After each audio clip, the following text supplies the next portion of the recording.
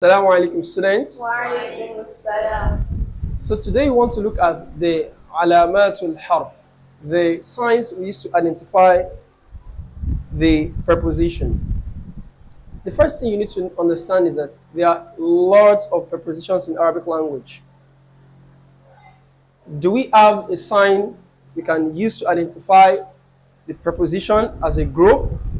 That is the reason we have the question mark here. The answer is no.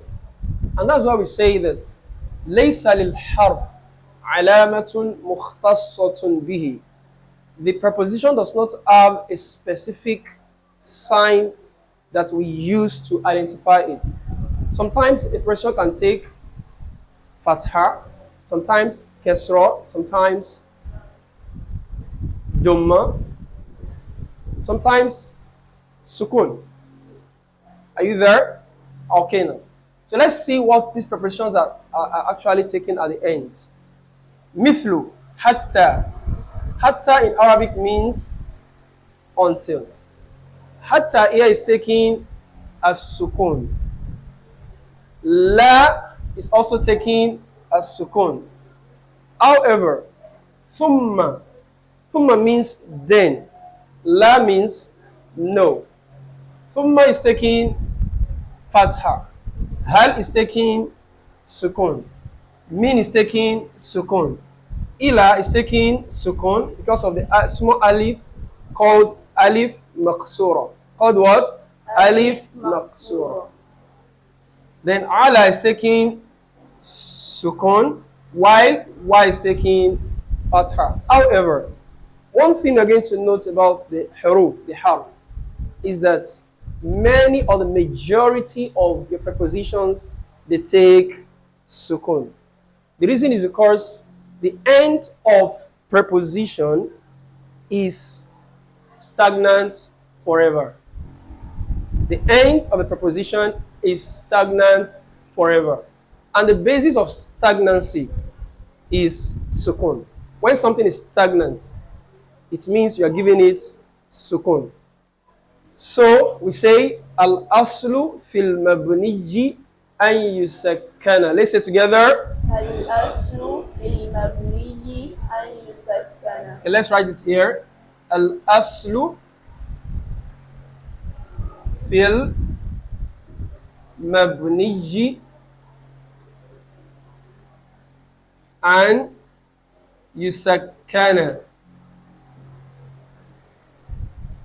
What is the meaning of this? Al aslu fil mabniji and yusakkana.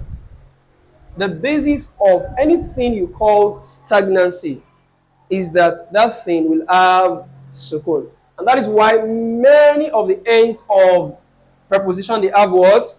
Sukun. For example, hatta has sukun, la has sukun, hal has sukun, min has sukun, ila has sukun, ala has sukun, wa has fatha. So there's no specific identification for preposition in Arabic language. And that is why one of the scholars of grammar called Al-Hariri said in his poem, in a book titled Milhatul I'rab, he said, Al-harfu ma laysat lahu alama. Let's say together. Al-harfu ma laysat lahu alama. فقس على قول تكن علامة. فقس على قولي تكن علامة. مثاله حتى ولا وثم. مثاله حتى ولا وثم. وهل وبل ولو ولم ولما. وهل وبل ولو ولم ولما. So let's read together. الحرف ما ليست له علامة. الحرف ما ليست له علامة. فقس على قول تكن علامة. فقس على قولي تكن علامة. مثاله حتى ولا وثم. مثاله حتى ولا وثم. وهل وبل ولو ولم ولما. وهل وبل ولو ولم ولما. الحرف ما ليست له علامة. A preposition does not have علامة متميزة, does not have a distinguishing sign. فقس على قول تكون علامة. Judge or place it on a scale. With this word I want to tell you, you will see what I'm saying about the fact that preposition does not have a specific sign. Are you there? Yes, sir. So you see that the sign is that it does not have a sign. Mithaluhu, example, hatta. Another example is wa. Another example is la. Another example is thumma. Another example is hal. Another example is bal, law, lam, lamma. Are you there? The time cannot permit us to tell us about the meaning of all these harps, because the focus is not to tell us all the meaning, but the focus is to understand that the harf does not have a specific sign we use to identify it. So let us take the tadrib before we leave the class.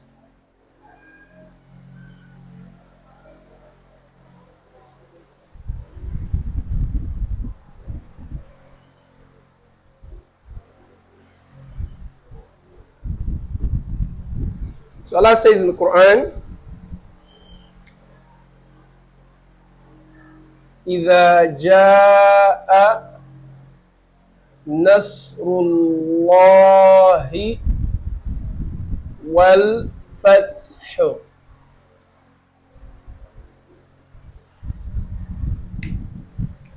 إذا جاء نصر الله والفتح. So, Maryam, where is the preposition in this verse? إذا. Irfa is so tricky. إذا. Either. Yes, either is the first preposition. And why do you say that either is a preposition? Because it has no sign and it ends with sukun. Yes, it has no specific sign and it ends with what? Sukun.